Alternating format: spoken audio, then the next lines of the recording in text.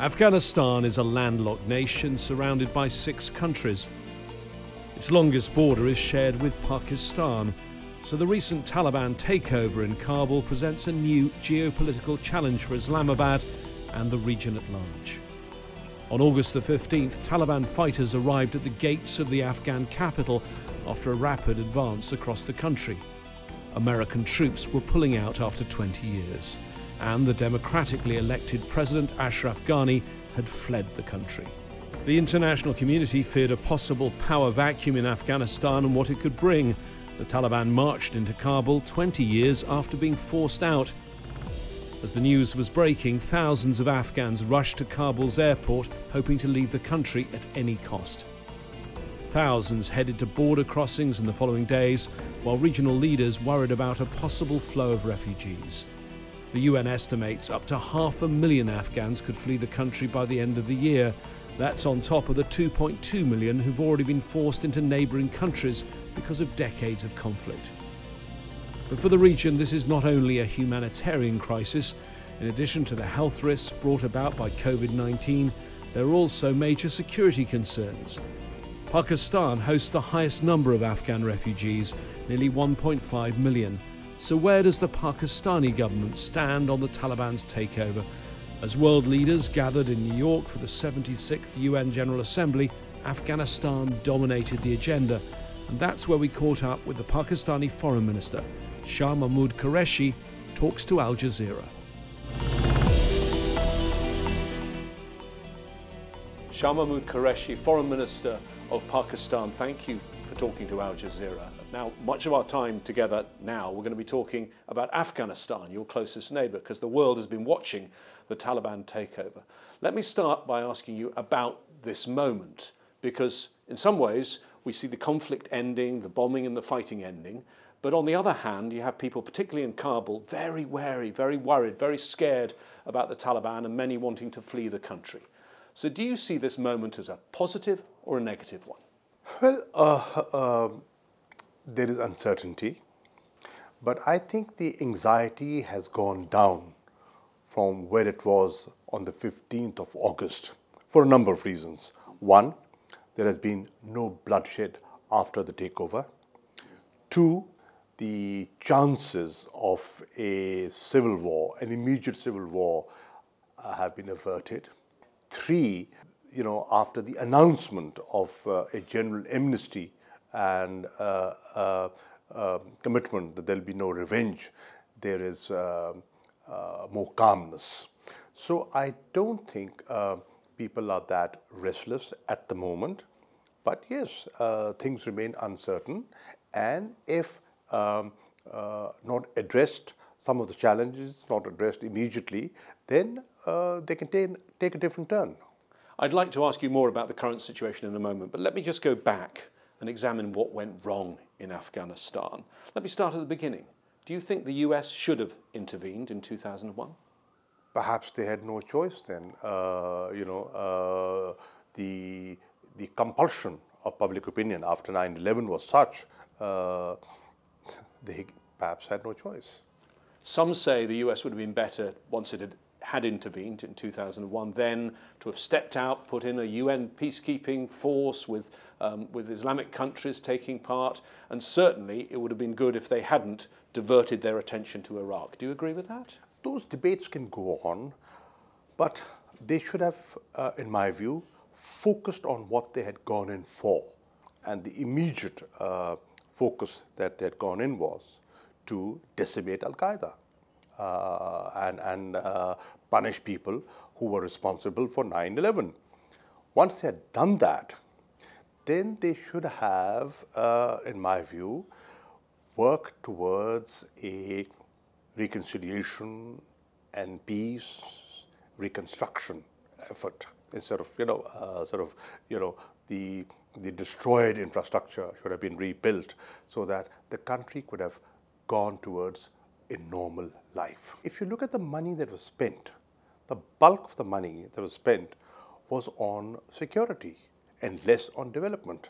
And what you saw, when Taliban moved in, the government of Ashraf Ghani had lost credibility and support because people felt that life under them had not improved. They were not secure. There was squabbling, there was infighting, and they were not certain about their future. But some claim there's another factor, and that's the fact that Taliban had a safe haven in your country. Let me just quote Amrullah Saleh, the former vice president of Afghanistan.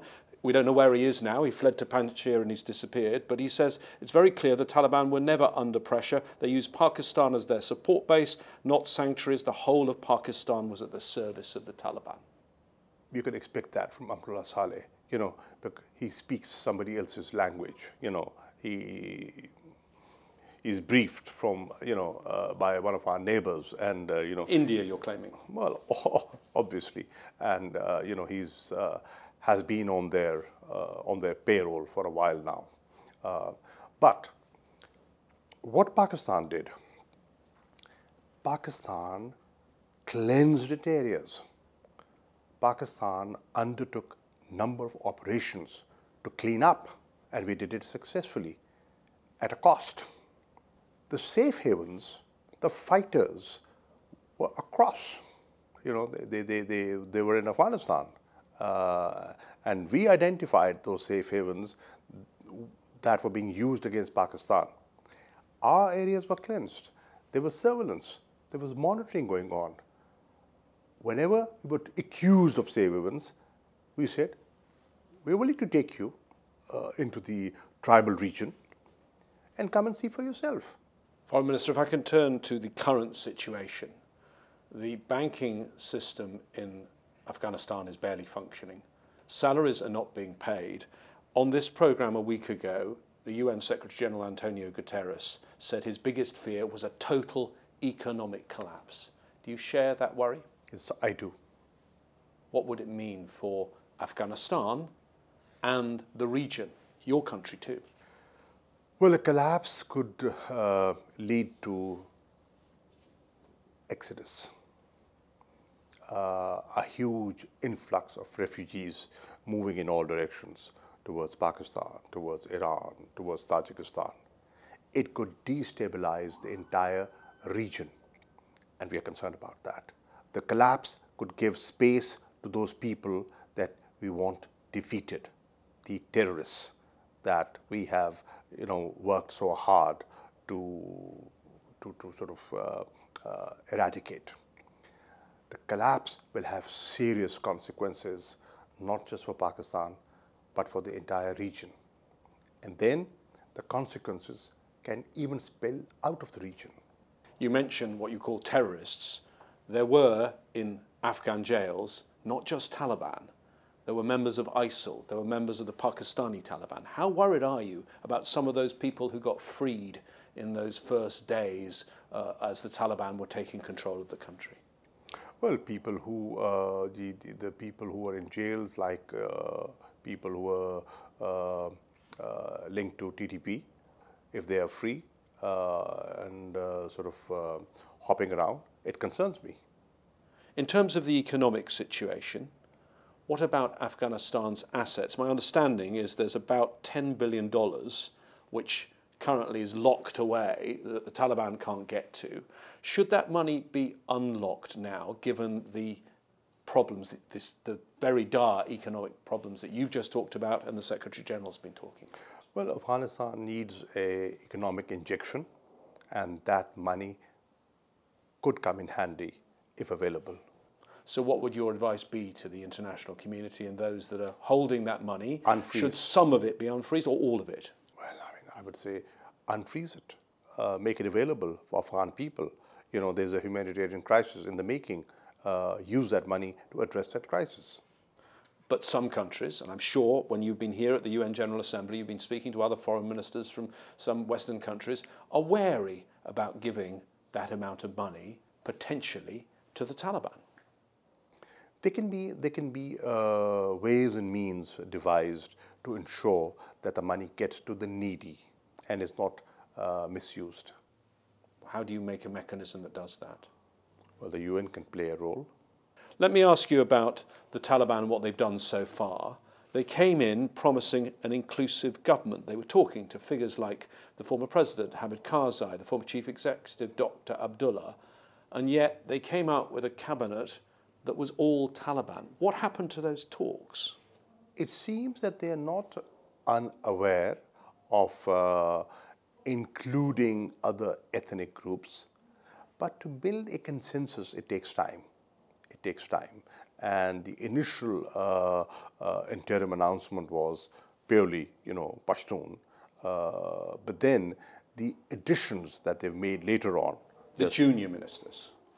But that's inclusion, and that level can go up and there can be more inclusions. That shows that they have accepted mentally the idea of inclusivity by having Tajiks in, by having Uzbeks in, and having Hazaras in. A very, very small number, and no women at all. We'll come back to the... It's a beginning. It's a beginning. We'll come back to the women because that's a very important point. But in politics, no one ever wants to give anything up. And the Taliban right now seem to pretty much have absolute control. Why would they want to give that up? For stability of their country, for reconciliation within Afghanistan. What role did Pakistan have in the formation of the cabinet? Was it just a coincidence that in the hours beforehand, the head of your military intelligence, the ISI General Faiz Hamid, was in Kabul meeting the Taliban, or did he help shape that initial cabinet? They're very independent-minded people. They take their own decisions, and we as a policy have decided not to interfere in their internal matters. We will help when asked to help. And our objective, we will help to achieve our objectives. What are our objectives? Our objectives are peace and stability. So whatever we can do to achieve peace and stability, we will do. We have no business interfering in their internal affairs, but we share a border and we have concerns. There's trade that goes on through Pakistan. The growing footprint of Al-Qaeda and other terrorist organizations is of concern, and if General Faiz was in Kabul to address those concerns, it was but natural. So it was just a coincidence he happened to be there in the hours before the cabinet was formed, because many people thought he was there trying to negotiate. I don't know whether he was trying to negotiate for figures that Pakistan favoured or whether he was trying to negotiate for a more inclusive government, but that's certainly the speculation. You say that's wrong. Pakistan has been advocating for a more inclusive approach. In terms of that Taliban cabinet, it's all Taliban. Some observers of the Taliban say it's not only all Taliban, it's hardline Taliban. The ones in the key positions are the ones that were fighting rather than the ones that were negotiating in Doha. For example, Mullah Brada, who was the main negotiator, has ended up as the deputy prime minister, yet he was the most prominent figure in the negotiations. Do you see this as a hardline Taliban cabinet? It's a compromise. In politics, you make compromises. You have to accommodate all points of view, and both sides have been taken in. In terms of the Taliban now, as you know, there have been all sorts of reports, and we haven't been able to confirm them, so I'd like your view on it, of rows, division in the Taliban, even angry rows with a threat of violence. Let me quote you something that was said by the UN Secretary General recently at the beginning of the P5 meeting, the permanent members of the Security Council. He said, Afghanistan is unpredictable. We see a struggle for power within the Taliban leadership. What's Pakistan's assessment of that? There's a struggle for power in every democracy. There's a struggle for power in every society, and Afghans are no different. Of those cabinet members, there are 33 main members of the cabinet. Many are on the UN sanctions list. Mm-hmm. What should the UN, in your view, do about that? It includes the Prime Minister, 2 Deputy Prime Ministers, the Foreign Minister. Should those sanctions now be lifted at this stage so that you can engage better with the Taliban? Well, in the talks that they were having with the US, which led to a peace agreement with the US and then commenced intra-Afghan negotiations, one hears that there was talk of delisting people who are on the sanctions list. Now, to what extent that commitment was made, Mullah Brother and Zalmay Khalilzad should know better. The other thing that we've noticed about the cabinet is that there are no women in the cabinet. Right now, women are not really being allowed to go around about their normal business. They're not allowed to go to their jobs. We've seen that boys are going back to school, girls are not. No, I disagree. My information is that girls are going to school, girls are going to college. They have not been restricted, but yes, they can be accommodated in the cabinet, and who knows, tomorrow they feel the need and have some inclusion. That might be a good idea.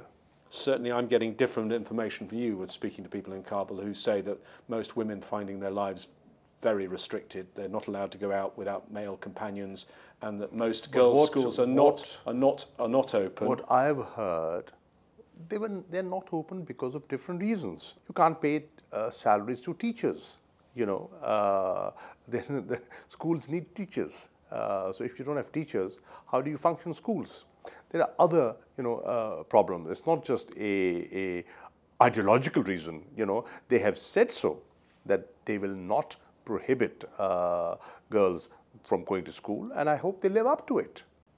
Well, yeah, I'd like your view on that, because Pakistan is a country where women can go about their normal business. You had thank God for that. You had a woman prime minister, and I know you served for her. Yes. for a time. What do you think about restrictions that the Taliban are placing on women and women employment? I heard, and correct me if I'm wrong, that they asked people who were in service to come back and work. They did initially. But, yes. My understanding is that many women are not being allowed to return to their actual jobs. They said that initial statement, but women are not being invited back to employment. I have not heard of any restriction per se, but perhaps they, with the passage of time, they would sort of gain confidence, and you have to understand there is a trust deficit, and it takes time to bridge the trust deficit. In terms of Pakistan, you have that very long border with Afghanistan. You're one of the neighbours, but you're the one that has had more refugees than any other. You've got 2,600 kilometres border. It's currently closed to most Afghans. Why is that? The border is open. It's not closed.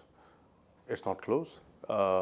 Only if you have the right paperwork can you cross. Most people cannot. The question is, would you allow people into your country without a passport, without documentation, without visas? Just tell me. You don't. There are certain norms that you have to follow. There are certain norms all over the world, but as you know, that Afghan-Pakistan border has been a pretty porous border for decades, and there are families that live either side of it. When the border was porous, we paid a price, and we were accused that people cross from this side, and create trouble over there, and we eventually fenced the border, and now we have fenced the border for better management and regulation. One figure that you know well, I know, the former Pakistan ambassador to the US, Hussein Haqqani, warned even before the Taliban takeover that this would be a Pyrrhic victory for Pakistan. He said there would be a violent blowback with the Pakistani Taliban attacking targets inside Pakistan. How concerned are you about that coming to pass? Well, I think the Taliban have made a clear commitment that they will not allow their soil to be used against anyone, and that includes Pakistan, for terrorist purposes. And I hope they live up to that promise. We have, though, a huge amount of weaponry in Afghanistan. Some of the most sophisticated weaponry, which was either left behind by the Americans or was in the hands of the Afghan army, and it is now there in Afghanistan. I'll give you an example. It's never good making comparisons with different countries, but just look what happened in Libya after the fall of Gaddafi and the way that destabilized the Sahel region. Do you have worries about all that weaponry flooding the area? If it gets into the wrong hands, yes, it'll concern me. Obviously, it'll concern me. It'll affect, the law and order situation in my country. Yes, that is why we are urging the international community to engage with the new reality so that things do not fall apart, so that there is semblance of order. One worrying report is about the Taliban justice. Mullah Turabi, who was the former head of the religious police of the Taliban before, apparently now is in charge of the prisons. In a recent interview, he signalled they're going to go back to public executions and amputations for crimes. What do you make of that? I am not aware of that. I'm not aware of that. That is not the sort of Afghanistan you'd like as a neighbour, though, I'm guessing. Not at all. Not at all. In terms of the security situation inside Pakistan, you had that bloody campaign of terrorist attacks from 2007 to 2014. How is the security situation right now? And I'm asking in part because, as you know, it seems a bit flippant to bring up cricket now after all these heavy subjects we've talked about. But, you know, both New Zealand and England have cancelled their plans to play in Pakistan because of the security situation and threats, but they haven't disclosed what those threats are. I wish they did. When we learnt about it, we engaged with them. We assured them of security and protection, and to reduce their anxiety and to make them feel more protected. We also suggested that we will have these stadiums empty, right? But let the game go on.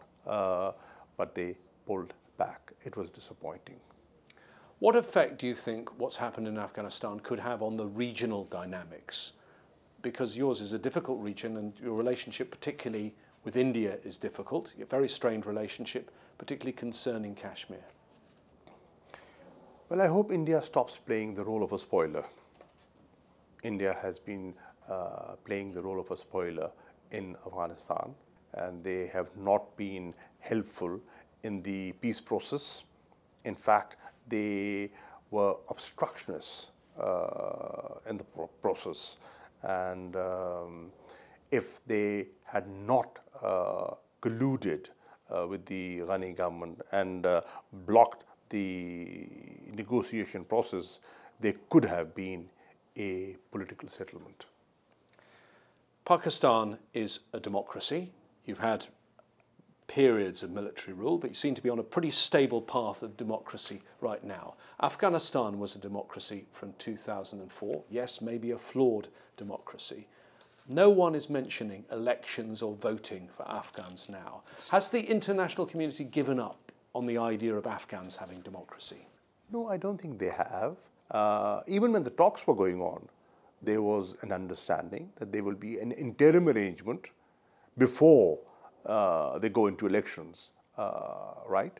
So let things settle down, let things calm down, let people feel secure, then we can talk about representation.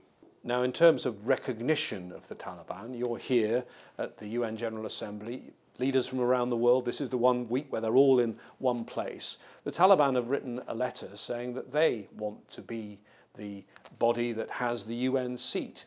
What is Pakistan's view on that? Do you think that the Credentials Committee, which decides this, that they should give the seat to the Taliban?